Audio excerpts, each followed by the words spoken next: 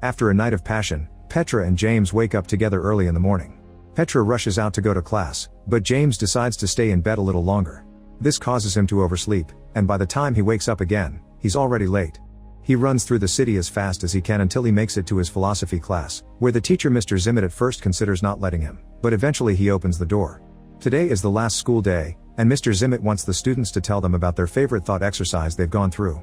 Chips mentions the infinite monkey theorem, which says that if you give a monkey a typewriter and an infinite amount of time, it will eventually type out the entire Hamlet.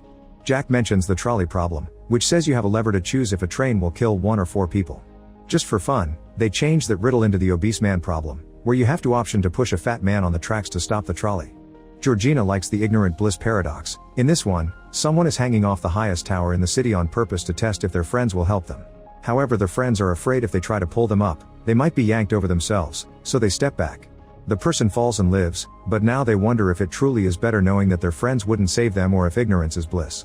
Zimmett decides that they will do one last thought exercise to finish the school year. The class must assume there is an impending atomic apocalypse and imagine a bunker that will give them shelter for a year. Zimmett begins narrating the scene to make everyone use their imaginations, picturing an area surrounded by nuclear explosions. As Zimmett takes them through an imaginary tour of the bunker, he points out the problem. There are only supplies for 10 people. The class has 20 students in it, so they have to decide which of them to let in and who stays out. On top of that, there isn't much time to decide before the atomic radiation reaches them. Georgina refuses to participate because she thinks it's just like discussing eugenics, but when Zimmett describes how gruesome and painful it is to die under radiation, she accepts to play. Petra also refuses to participate and even stands up to leave, knowing that she's always had perfect grades and Zimmett can't hurt her by lowering them a bit. However, Zimmett threatens to lower James' grades instead, which would make him fail the class, and Petra has no choice but to stay. Next, Zimmett distributes cards containing the random profession each student will have in the exercise. He opens the box for James first, and after he takes a card, Zimmett goes to the desk to cough before handing a card to Petra. Then he coughs against at the desk before giving cards to everyone else. Now the students can look at the professions they got. All these jobs vary in themes, from harpist and wine auctioneer to astronaut and chemist. Toby reveals he's a published poet, but he barely gets to finish talking before Zimmett shoots him, revealing he took the gun from the bunker. Zimmett explains that this is more humane than letting him die by radiation, since he wouldn't get into the bunker anyway because a poet isn't useful when humanity must be rebuilt. Zimmett also explains he's part of the exercise, but his profession is hidden so he should be seen as a wild card. Afterward, each student defends their right to enter the bunker and they proceed to vote. The first 9 choices are those who they consider useful for survival: Petra the structural engineer, James the farmer, Georgina the orthopedic surgeon, Chips the carpenter, Jack the chemist, Bonnie the soldier, Andy the electrician, Poppy the psychotherapist, and Omo Seed the senator. There are also 9 that quickly get voted out for not being useful: Vivian the zoologist, Beatrice the fashion designer, Parker the gelato maker, Kavi the real estate agent, Russell the harpist, Plum the hedge fund manager, Nelson the housekeeper, Mitzi the wine auctioneer, and Yoshiko the astronaut. The last place must be chosen between Zimmett and Utami the opera singer. Petra thinks a wild card is a risk, but Jack points out that an opera singer is a luxury and he'd rather risk it with Zimmett, who may have a useful secret. Zimmett wins, and now that the groups are completed, they take 5 minutes to say goodbye, so they move the desks around to pretend they're having their final words. Suddenly they hear some gunshots and discover Zimmett has killed everyone who didn't get a spot, again saying it was the humane thing to do. The group is shocked, and Petra whispers to James that she doesn't want Zimmett in the bunker anymore. James makes a plan and asks everyone to gather some plants before going into the bunker, claiming they're keeping them for replanting when they come out. While everyone is separated to do the gathering, James goes to each of them in turn and tells them of his plan. When the time comes, the group enters the bunker and disables the external keypad before closing the door while Zimmett is left outside. Then they take a look at the different rooms. There's an artificial garden, a day bed, a gym, books, and other things to supposedly avoid depression. In the evening, while everyone sleeps on the cots, James meets Petra on the big bed and tells her he can get through anything with her. Once James falls asleep, Petra goes to check on Zimmett and finds him slowly burning under the radiation. Suddenly Zimmett holds up a piece of paper that says only he has the exit code. Petra immediately calls the group and they begin arguing over what to do, unsure if believing Zimmett or not. In the end they decide to ignore him, and they begin to live through the year in the bunker. It's incredibly boring, and they barely can keep themselves busy with mundane tasks. Every day Petra checks on Zimmett's body, which is slowly rotting, and occasionally a dog comes to munch on it. Once the year passes, the group gets ready to come out, only to discover Zimmett had been right. The lock asks for an exit code. The students proceed to use different methods to try to break the door, to no avail. They try to survive a few more days with the few supplies they have left, but soon they run out, so they decide to end things for themselves for a more humane ending. In class, Zimmet announces they failed the experiment and reveals his profession as a bunker builder. In fact, he was the one that built that particular bunker and therefore the only one who has the code. The students want to try again, and this time they imagine a new location, choosing Mont Bromo. Once again Zimmet runs to grab a gun, which Petra notices. Then it's revealed that the cards hide a second characteristic that may influence the votes. James' characteristic is being gay, but he still gets accepted for his farming knowledge, although with fewer votes. Georgina the surgeon was exposed to the Ebola virus, so this time she's left out. Plum the hedge fund manager always travels with a bag of gold, so she is accepted. Chips the carpenter is infertile, but he's also accepted again because of his skills. Petra the structural engineer is also an electrical engineer, so she is saved.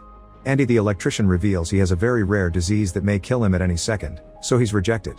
Poppy the psychotherapist can't have children, so she's left out. Vivian the zoologist reveals she supports PETA, so she is left out again. Jack the chemist won the genetic lottery, meaning he'll live long and healthy, so he's accepted again. Kavi the real estate agent is also a midwife, and since they've lost Georgina as their doctor, he gets to stay this time. Parker the gelato maker has no extra characteristic, which means someone else has two, and he's left out.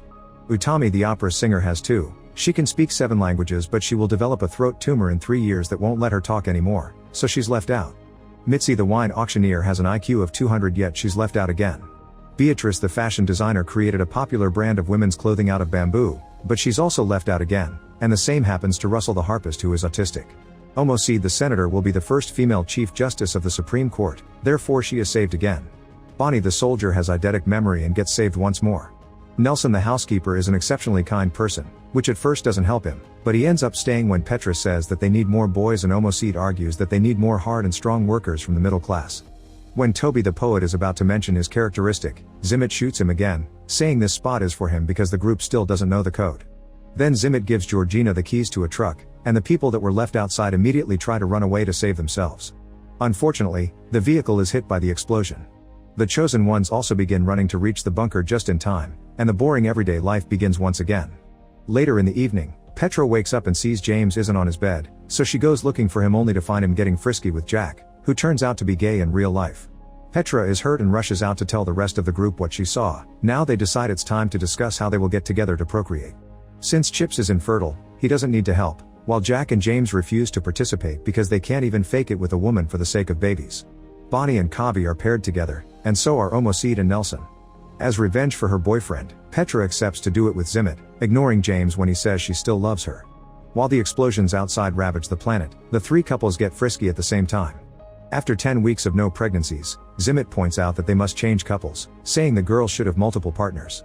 Bonnie refuses, saying they are taking logic too far to solve things and that shouldn't override her consent. Zimmet walks away only to return with a gun in hand, threatening everyone but Bonnie to leave the room. The group runs out but Jack manages to hide behind a corner, and once Zimmet is distracted, Jack tackles him and makes him drop the gun. Bonnie quickly picks it up and holds Zimmet at gunpoint, but the guys continue to fight until Zimmet overpowers Jack. However, Jack retaliates by stabbing Zimmet in the ear with a pen. Devastated, Zimmet goes to the front door and puts in the code to open it, bringing everyone down with him. The class has failed the exercise again.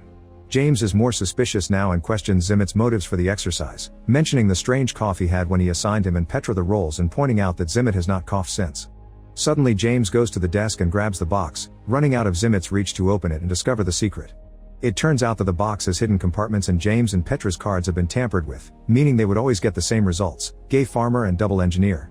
James wants to know why Zimmet hates him in particular, so Zimmet brings up the allegory of Plato's cave. In this allegory, a man lives his whole life chained to a wall and only ever sees shadows and hears echoes, assuming that's how reality truly looks and sounds. One day the man is unchained and finds that the shadows are caused by bodies and the echoes are caused by voices, discovering that the whole idea of what was real was just an illusion. Zimmet says that this allegory is something like James, claiming that the exercise is meant to confront James about how his privilege has ill-prepared him for the real world, but James doesn't believe him. Zimmet could have made him something useless like a florist so he could be voted out since the beginning, but a gay farmer means Zimmet wanted him to prolong his suffering on purpose. At that moment Petra interrupts the argument and insists that the exercise should be done a third time, this time with James as a florist. Now their imaginations take them to an island and the apocalypse hasn't happened yet. Zimmet goes to the bunker to grab a weapon as usual, and he hears a noise but thinks nothing of it. When he goes back outside, Petra joins him and offers him a hug, saying that she knows it's been hard on him. Afterward, Petra asks everyone to trust her to choose who gets to enter the bunker because she has a plan. When everyone agrees, Petra makes her choices and explains her reasoning. Mitzi is saved because a genius wine auctioneer would be smart enough to bring both red and white wine on a trip, ensuring everyone has a good time. Beatrice is saved because dressing well boosts self-esteem, which promotes productivity and could save civilization. Toby's second skill turns out to be champion poker player, so he's saved because he brought cards with him and he'll provide entertainment. Russell is also saved because many people consider autism a gift. Georgina was only exposed to Ebola, but they don't have proof she has it, so Petra brings her in while promising to pray for her. Utami the opera singer may be mute in 3 years, but now everyone could fall asleep to her singing, so she also gets saved. Jack is taken in because of his perfect genes, but he is upset because he'll be without a partner because of his orientation. At that moment Parker comes out of the closet, so he's saved as well. With only 2 spots left, Petra chooses James. As the chosen ones enter the bunker, in the classroom everyone sits together as a team. Zimmit has been complaining all along, and with each choice, he lowers Petra's grade to the point of failing, but seeing the useless people enter the bunker makes him lose it and he reaches for his gun. However, he doesn't find it. It turns out Petra stole it when she hugged him earlier. She gives it back to him, only to reveal it's not loaded. Petra hands Zimmit 2 bullets, saying she doesn't want him to suffer like last time, but at that moment James threatens Zimmit with a rifle. It turns out he had been the noise in the bunker. Desperate to survive, Zimmit says that nobody knows the exit code except him, but Bonnie used her perfect memory to memorize it during the last run. Feeling defeated, Zimmit leaves. Next, Petra wants to give the last slot to Bonnie, but since she refuses, Chips takes the spot. James is no longer gay in this itineration of the exercise and begs Petra to come with them, but she refuses, saying she'll take the boat and try to get out of the radiation zone, only for Chips to reveal he has the boat keys. Acting fast, Chips pushes Petra inside, switching places with her before the door closes. While the rest of the group rushes to the boat to get off the island, Petra continues to narrate the thought exercise, explaining that despite horrific circumstances, somehow they had fun during the year in the bunker because they had cards, wine, Shakespeare performances, and original poems. James tells Petra how much he loves her, but she hesitates to respond with the same phrase.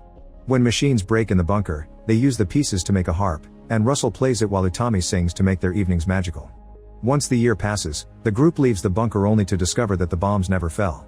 Zimmit narrates that they will die, as none of them have the technical skills to survive on an island, but Petra responds that their lives will be short, but at least they'll be well and happy. They'll also be ready to welcome death when it arrives.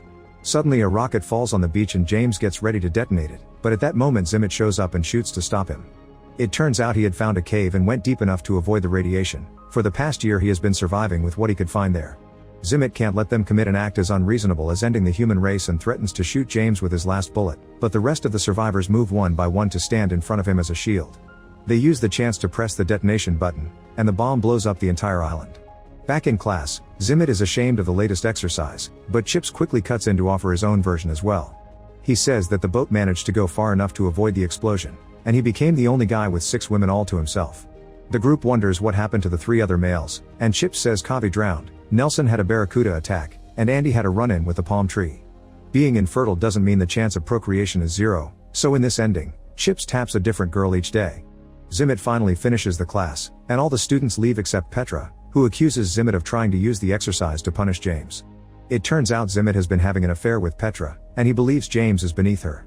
Petra explains that intelligence isn't all that matters and that she loves James, so he shouldn't be punished for something he doesn't know about anyway. Petra gives Zimmit a last kiss and leaves. Afterward, Zimmit is alone in the school and begins running through many variations of what happens if he goes to his office. Sometimes he simply eats, but other times he finds his gun and a shot can be heard in the building. Make sure to subscribe and turn on notifications so you can watch more videos like this. Thanks for watching.